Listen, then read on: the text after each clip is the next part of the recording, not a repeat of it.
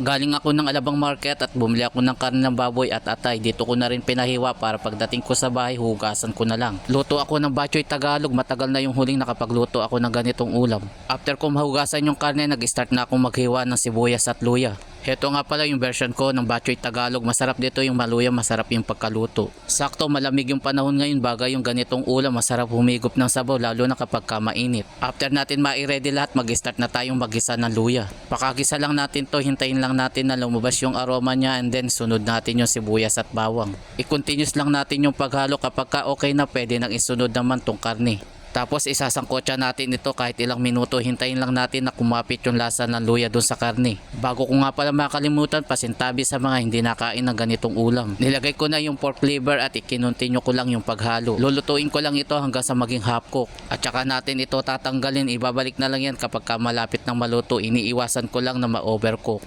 Medyo makunat kasi kapag ka nasobrahan ng luto. Natimplahan ko na yan ng patis at paminta para mas lalong malasa yung ating karne. Alisin na muna natin saglit itong pork liver, tapos maglagay na tayo ng tubig, yung katamtaman lang yung dami. Tapos ilagay na rin natin itong 3 pirasong siling panigang. Haluin ko lang saglit at lagyan natin ng takip at nang mabilis kumulo. Balikan na lang natin yan kapag malambot na yung karne. Kung nagustuhan mo yung ating recipe ngayon, baka pwede naman ako maglambing, paki-like and share naman. Malambot na yung karne, pwede nang ibalik naman tong pork liver. At saka naman natin ibuhos naman yung pork blood. Pag nailagay na lahat, sabayan natin ng paghalo at nang hindi magbuo-buo. Pero kung gusto niyo na may konting buo-buo, huwag niyo munang hahaluin. I-continuous lang natin yung paghalo, kapag ka okay na, timplahan natin to ng MSG.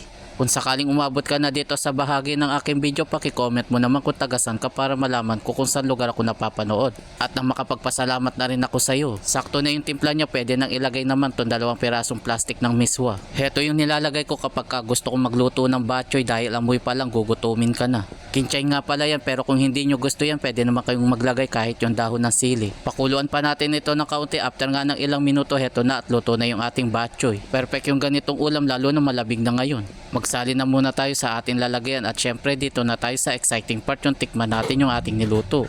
Alang halong biro, manya-manya pa ang luto. Tara mga lods, mga tamo.